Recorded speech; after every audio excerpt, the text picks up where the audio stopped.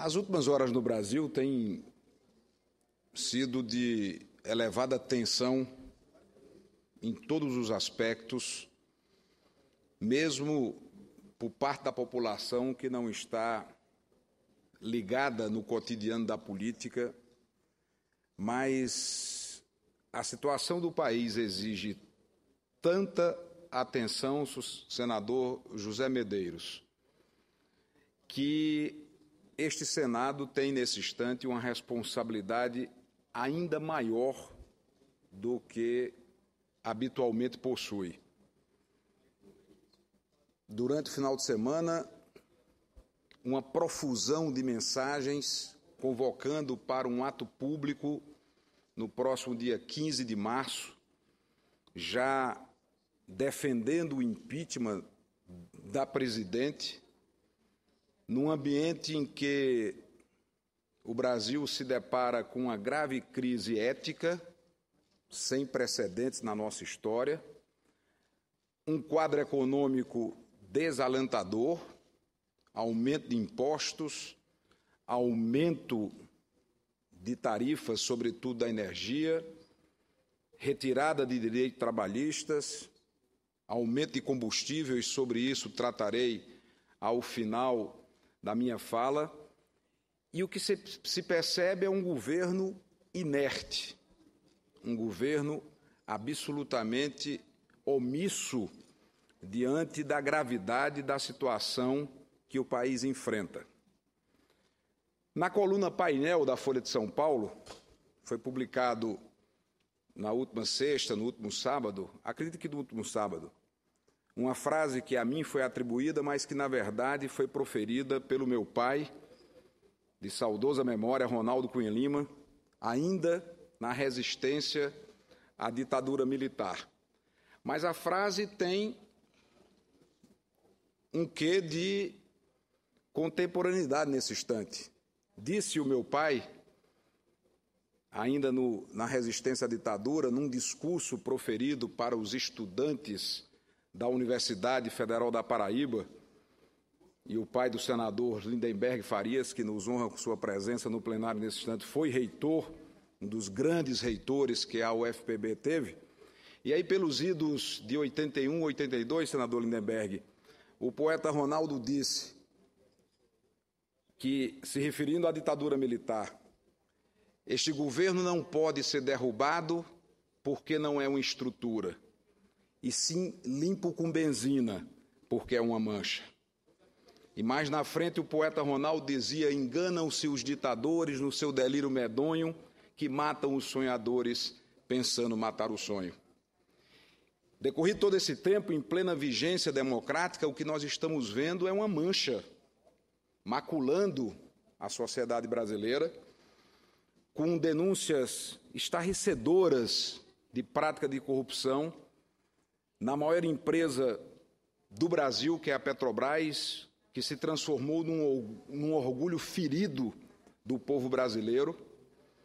E como bem escreveu com o talento de costume Josias de Souza, lamentavelmente a presidente Dilma tem se notabilizado em perder oportunidades. Ela não perde a oportunidade de perder oportunidades, como disse recentemente Josias de Souza.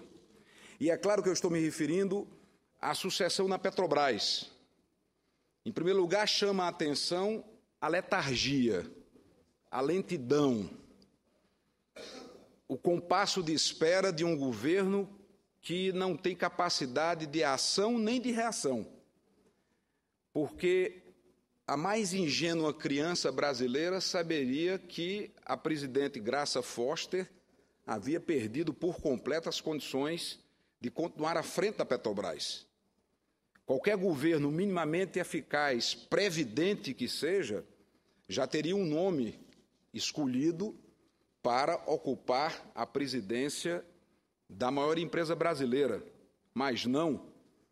O governo ficou à caça de nomes e fez, talvez, a pior escolha que poderia ter sido feita, porque não escolheu nada além do que um tarefeiro para cumprir a missão de continuar tentando limpar a cena do crime dentro da Petrobras.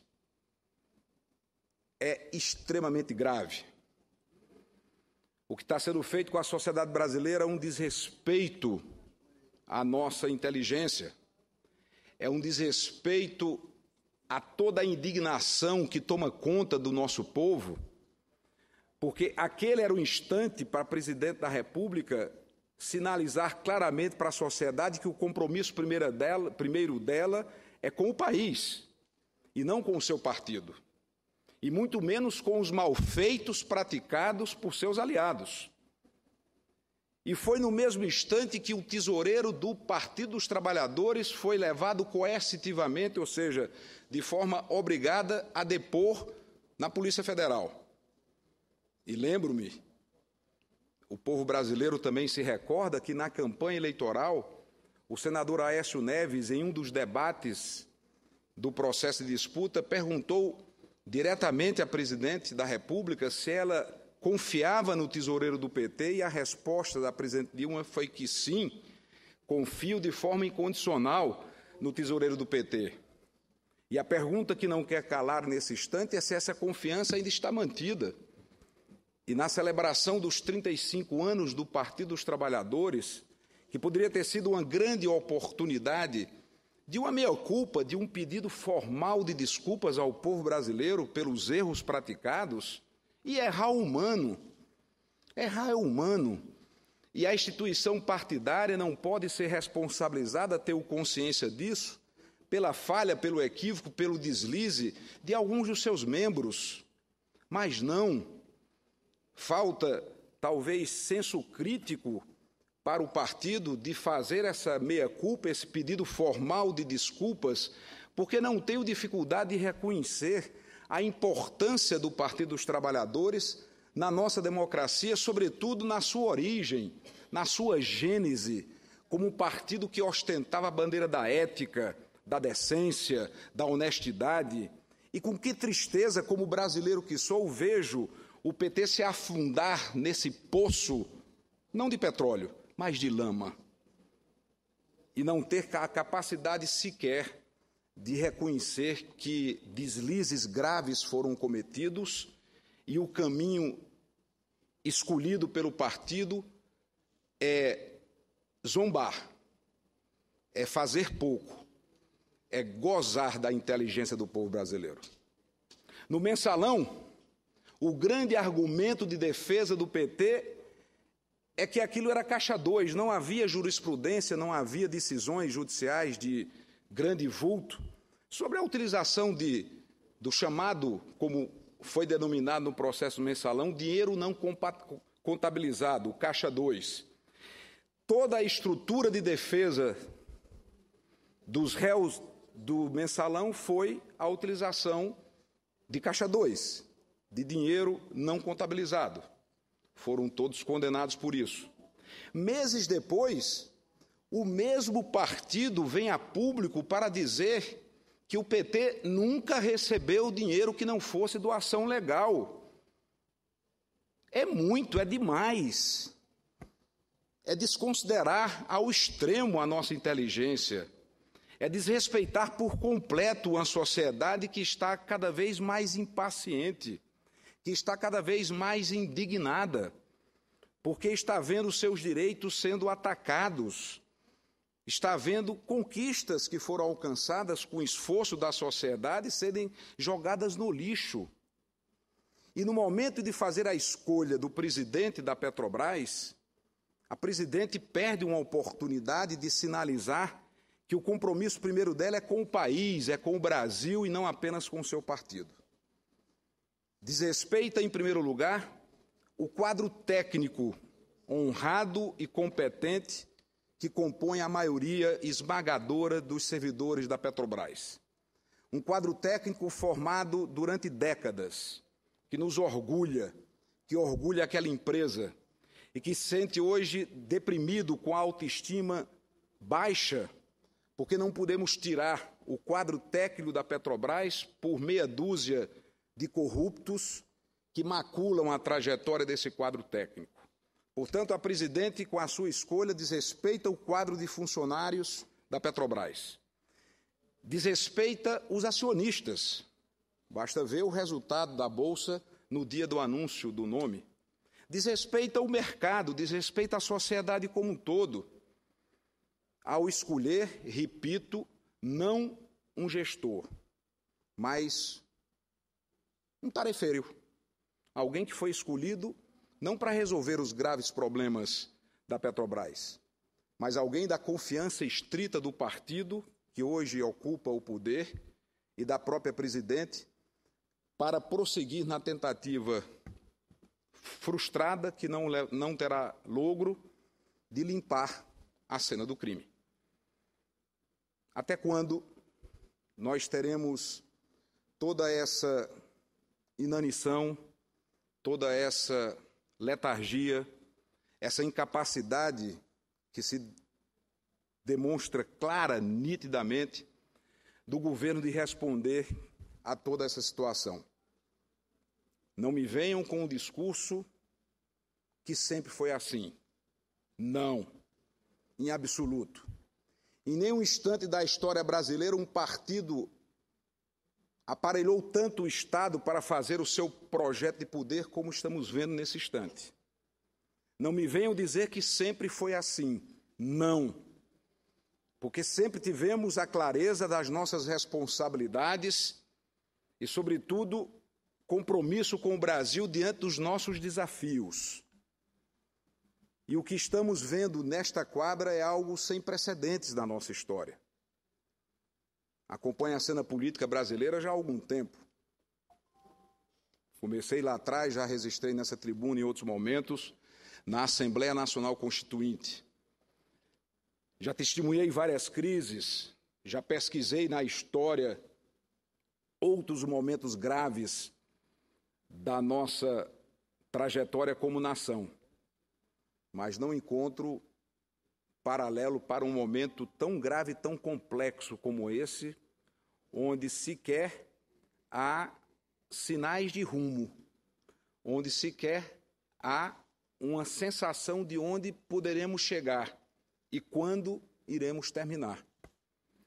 Portanto, cabe a este Senado, mais do que nunca, capacidade de diálogo, e aqui falo diante de 2 senadores e uma senadora do Partido dos Trabalhadores que têm o meu respeito pessoal e espero que esta crítica não seja compreendida fora desse alcance do debate político.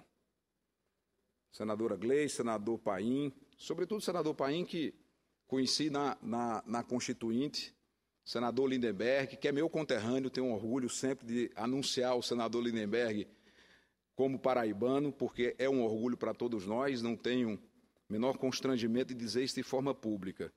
E que todo esse meu discurso possa ser encarado como uma contribuição para o Brasil, diante do que está acontecendo. Porque, ao mesmo tempo em que convoca-se manifestações para o dia 15 de março, não se pode falar em golpismo quando se pronuncia a palavra impeachment. A palavra impeachment está escrita na nossa Constituição e, portanto, por ser um tema constitucional, não tem que causar arrepio em ninguém. Se chegar um instante que a Constituição tenha que ser cumprida, ela será cumprida em todas as suas letras, porque estamos aqui para isso, é o juramento que nós prestamos quando tomamos posse nesse Senado, é respeitar e cumprir a Constituição. Portanto, ao pronunciar a palavra impeachment, não pode haver arrepios, nem sequer reações que possam ser traduzidas como golpistas. Não é esse o caminho que nós queremos trilhar. Não estamos falando nisso, mas temos que reconhecer quem fala nisso e fala em tom cada vez mais alto é o povo brasileiro. É o povo na rua que está falando cada vez mais nisso. Portanto, cabe-nos nesse instante serenidade, responsabilidade com o país e cobrança crítica ao governo para que ele possa ter a capacidade política de responder à nação, responder ao país. Não será no isolamento que a presidente encontrará a saída para esse instante grave. Eu escuto com muito prazer e honra o senador Cristóvão Buarque. Senador Cássio, eu vou começar por esse seu final do arrepio. Eu creio que a palavra impeachment não deve causar arrepio, até porque está na Constituição. Agora, hoje o que me causa arrepio é que está na boca do povo. Está se generalizando. E quando fica na boca do povo, não adianta querer silenciar, porque aí sim que é golpismo. O verdadeiro golpista é aquele que tenta silenciar a boca do povo. Então, nós temos que entender o que é que está por trás do povo falando nisso. E, ao entender, dar uma resposta ao povo para que ele não precise disso. E, de fato, o seu discurso vai na direção correta de que o primeiro passo, o primeiro gesto, a primeira responsabilidade é do governo. A palavra não chegou na boca do povo insuflado pelas oposições. Chegou na boca do povo inspirada pelos equívocos, erros, isolamento do governo. E eu estou assustado. A queda da popularidade do presidente numa velocidade estapafúrdia.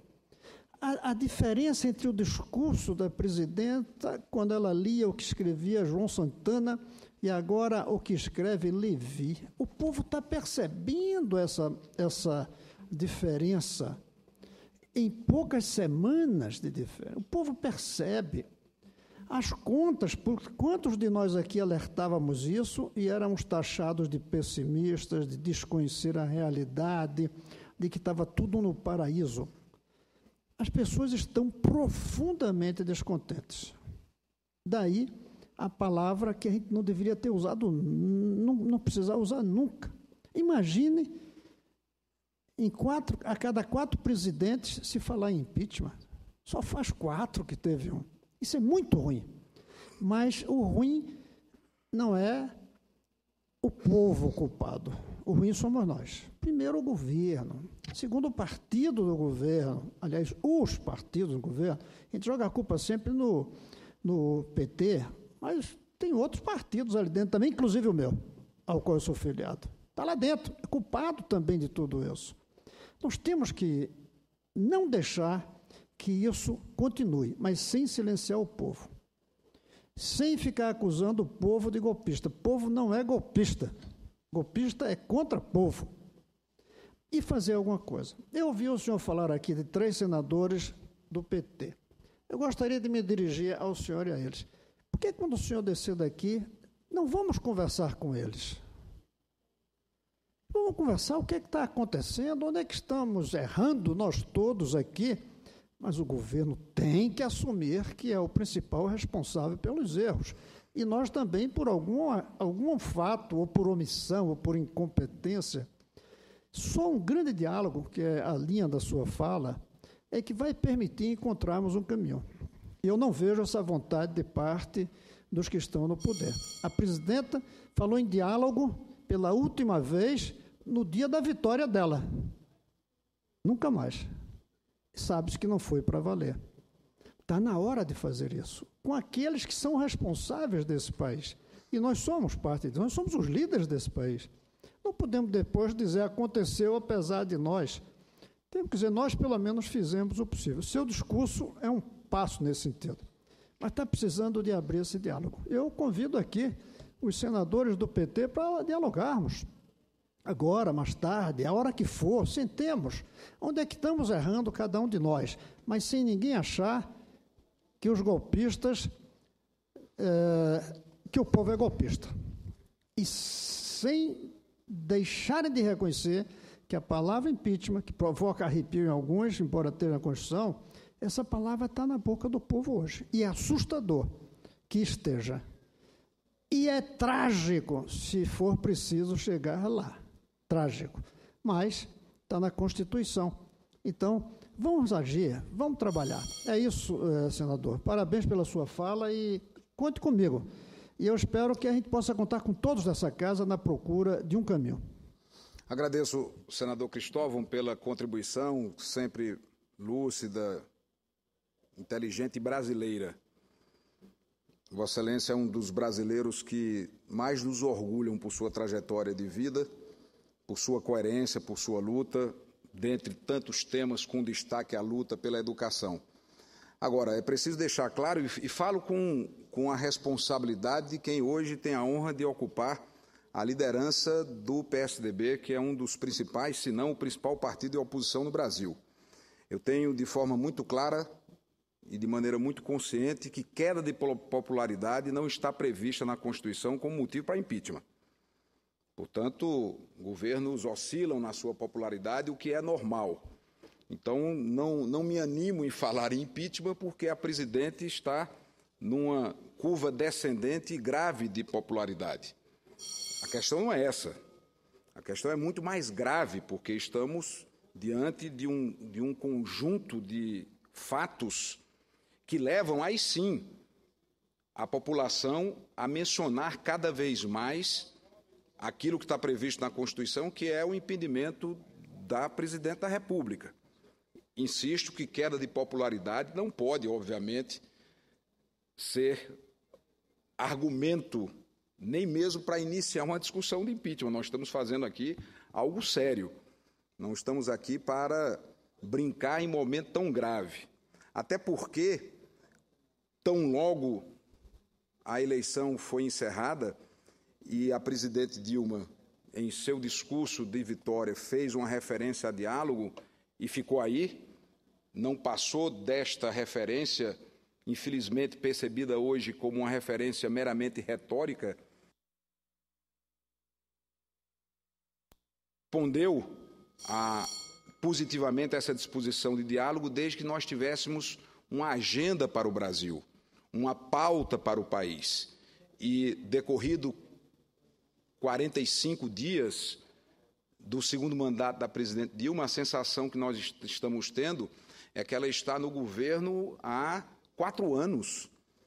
É um novo mandato que nasce velho e envelhece a cada dia mais pela prática política, porque o que nós esperávamos, a sexta-feira, com a indicação do novo presidente da Petrobras, eu estou insistindo e escuto na sequência o senador Lindenberg, com muita alegria, foi frustrante, foi decepcionante, foi como se fosse um balde final de água fria, porque esperávamos naquele momento uma sinalização muito clara da presidente da República dizendo: não, meu compromisso primeiro é com o país, meu compromisso primeiro é com a Petrobras, vamos colocar alguém que tenha credibilidade, que tenha capacidade e competência de resgatar este patrimônio do Brasil.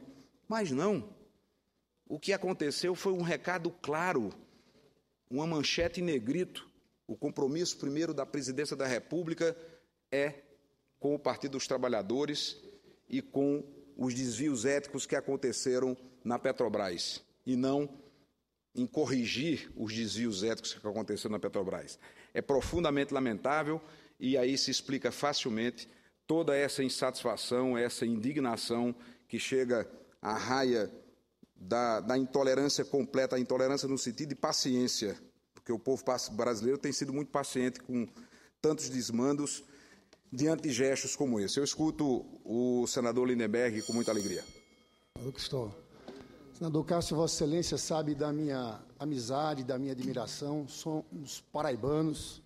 Eu me lembro da eleição de Ronaldo Cunha Lima para o governo do Estado, se eu não me engano, em 1990.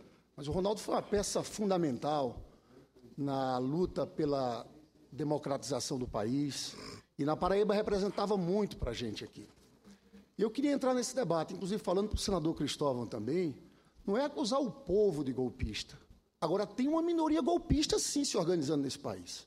Como fizeram contra Getúlio, como fizeram contra João Goulart e antes com Juscelino Kubitschek, e estimuladas, ao meu ver, com todo respeito, pelo PSDB. Porque acabou o processo eleitoral, senador Cristóvão. Questionaram o processo eleitoral, que tinha fraude nas eleições. Uma situação, sinceramente, eu acho vergonhoso do PSDB, no dia da diplomação da presidenta Dilma, entrar pedindo para a presidenta Dilma não ser diplomado segundo colocado. no caso, o senador Aécio Neves. E não é o povo que está... Na verdade, o que eu tenho visto é uma minoria golpista, alguns defendendo volta da ditadura militar, discurso de manifestações que foram apoiados pelo PSDB, o discurso central é um discurso à la Bolsonaro. E agora falando do impeachment da presidente da República, que tem um mês de mandato. Eu acho que o momento é grave da vida política brasileira. Eu queria dizer aqui que eu estava vendo agora investigações da Polícia Federal. Quando o presidente Lula assumiu, o ano de 2002, sabe quantas investigações da Polícia Federal houve? As operações da Polícia Federal? 36. Sabe para quanto aumentou agora? Em 2014, 336, um aumento de 800%, senador Castro. Porque não se pratificava tanto crime, Lindenberg. Eu me lembro... Não se praticava tanto crime quanto hoje. Não, eu me lembro do Paulo Francis falando da Petrobras desde aquela época. E foi um processo contra Paulo Francis desde aquela época. Por que não se fala que o gerente da Petrobras, o Barusco, falou que esse processo começou em 97, no governo do Fernando Henrique Cardoso? Eu só me espanto porque eu leio nos jornais... Faltou alguma pergunta. Tem algum agente político do governo Fernando Henrique envolvido? Houve participação do governo? Essa é uma pergunta que tem que ter sido feita. Vossas Excelências têm aqui uma indignação seletiva, porque quando falam do cartel dos metrôs no metrô em São Paulo, Vossas Excelências não tocam no assunto. E a imprensa, infelizmente, protege. Um rombo de bilhões de reais, no caso do metrô de São Paulo. Uma investigação começou fora do país. Pois bem, eu quero dizer isso aqui, senador Castro. Nós queremos fazer esse debate aqui com muita calma, com muita tranquilidade. Agora, nós achamos, sinceramente, que esse discurso precipitado de falar de impeachment de uma presidente da República que acabou de ser eleita, eu volto a dizer, senador Cristóvão, eu não tenho escutado isso do povo brasileiro, não, por onde ando. Eu ando pelo estado do Rio de Janeiro. Claro que o estado do Rio de Janeiro foi um estado onde a maior parte dos eleitores votaram na presidenta Dilma. Talvez o clima aqui em Brasília seja um clima diferente. Agora, uma coisa eu digo aqui, e os senhores têm que concordar com essa afirmação. A presidenta Dilma é uma presidente seríssima, e os senhores sabem disso. Os senhores sabem disso. Não venham dizer que a presidenta Dilma é muito dura e é muito firme quando se trata do respeito à coisa pública, senador Cristóvão. Então, vamos ter respeito com esse momento do país. Nós estamos passando por um momento que houve uma diminuição da popularidade da presidente da República. Todos nós aqui temos experiência em governo, eu fui prefeito, Vossa Excelência foi governador. Vossa Excelência sabe que essas oscilações são naturais. Nós não estamos vivendo um momento bom na nossa economia e nós sabemos disso, temos desafios pela frente.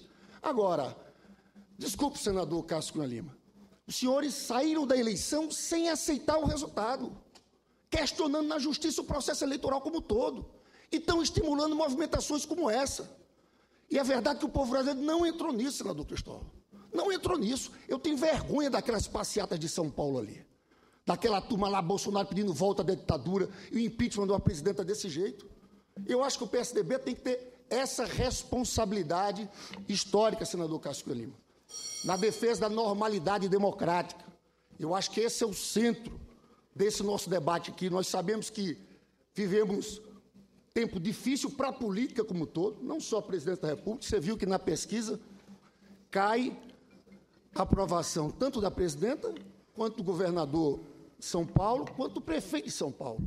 Mas se fizesse essa pesquisa no Brasil inteiro, você ia ver que essa situação acontece em várias prefeituras. É difícil, lá no Rio de Janeiro, senador Cristóvão, não tem um prefeito bem avaliado.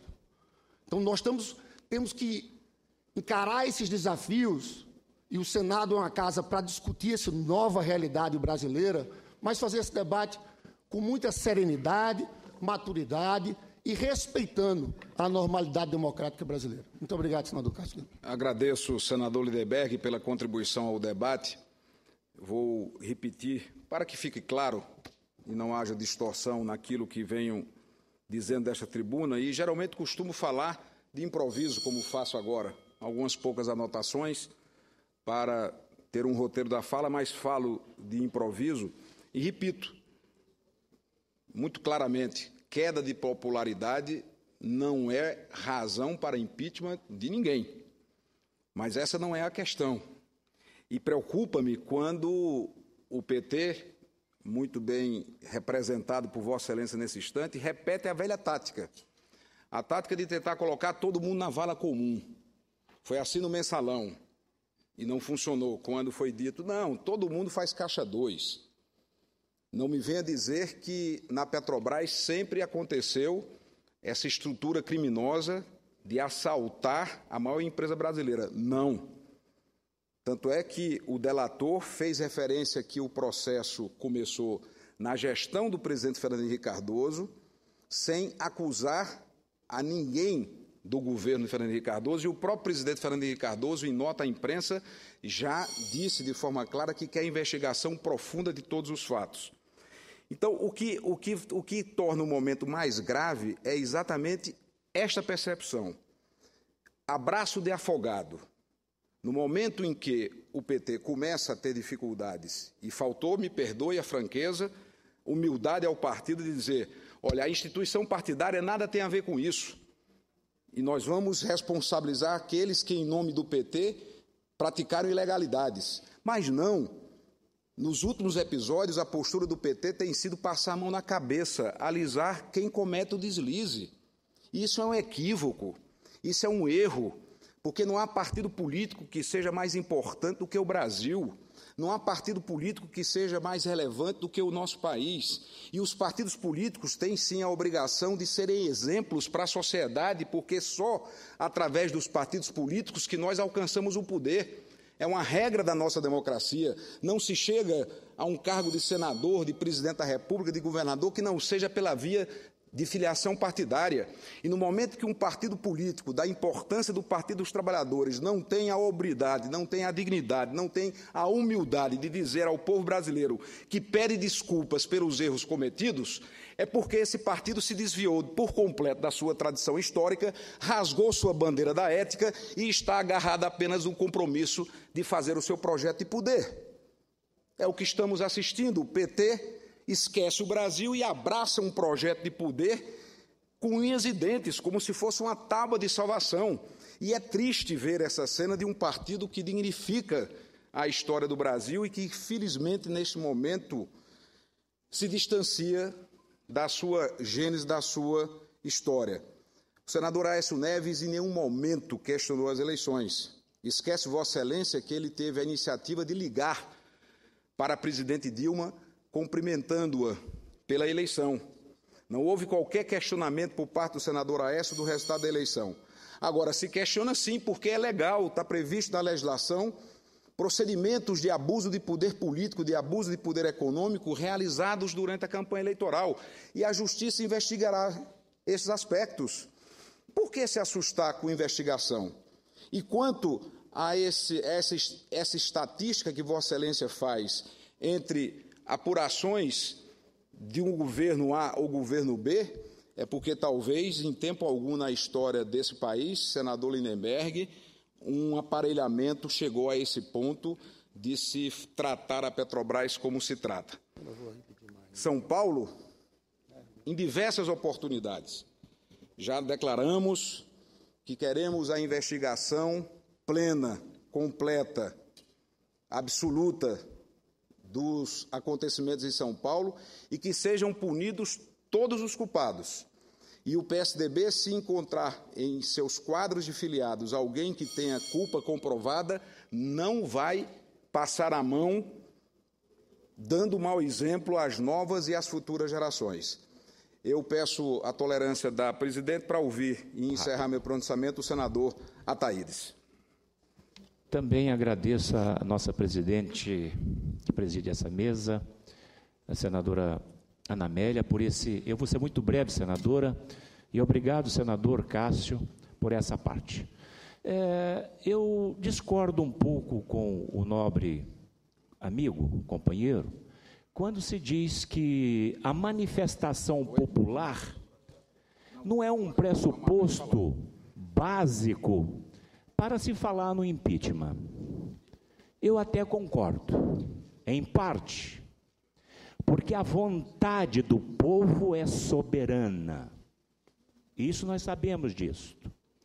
esta queda na popularidade de 20 pontos percentuais, movida por uma causa contundente, como o caso Petrobras, tem que também ser levado em consideração.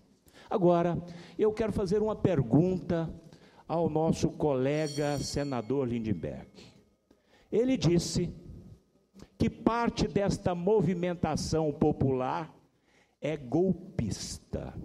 E eu pergunto, com todo respeito a Vossa Excelência, senador Lindenberg, quando o senhor pintou a cara e foi um dos precursores pelo impeachment do Fernando Collor de Mello,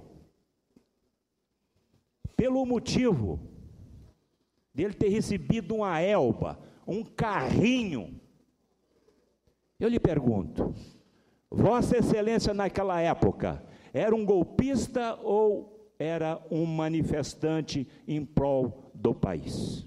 Muito obrigado, senhor presidente. Muito obrigado, senador Carlos. Agradeço, senador Ataídes, e diante da generosidade e tolerância da presidente Ana Amélia, eu encerro o meu pronunciamento, fazendo, enfim, todas essas reflexões que são importantes, deixando claro novamente que queda de popularidade não é razão nem motivo para impeachment, mas crime de responsabilidade, sim. E vamos cumprir a Constituição quando ela for preciso.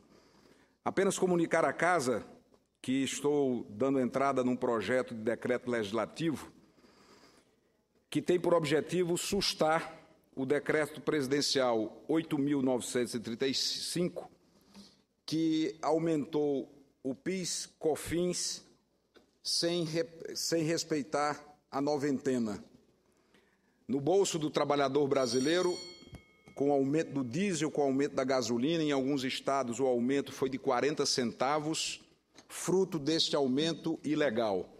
O governo federal respeitou a noventena para o retorno da CID, mas enquanto a CID não entra em vigor de forma ilegal, com base no decreto 8.395, o governo federal majorou, aumentou a cobrança do PIS e do COFINS, impactando nas distribuidoras e na bomba dos postos de gasolina o preço do combustível.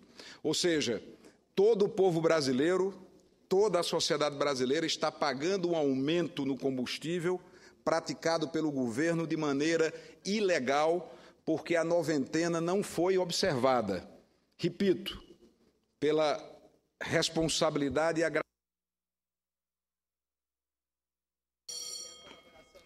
Encerro com esse minuto a mais que Vossa Excelência me concedeu. Então, todos os brasileiros estão pagando um aumento de combustível que foi majorado sem respaldo legal. A legislação é muito clara no que diz respeito ao cumprimento de uma noventena, 90 dias para a majoração de impostos. Essa noventena foi respeitada, repito, no caso da CID, mas não foi observada com o aumento imediato do PIS e do COFINS. Portanto, estou apresentando, não apenas em meu nome, mas em nome da liderança do PSDB, projeto de decreto legislativo que susta os efeitos do decreto 8.395, que de forma ilegal aumentou o preço dos combustíveis para todos os brasileiros. Muito obrigado, presidente Ana Amélia, pela tolerância da concessão do tempo para esse pronunciamento.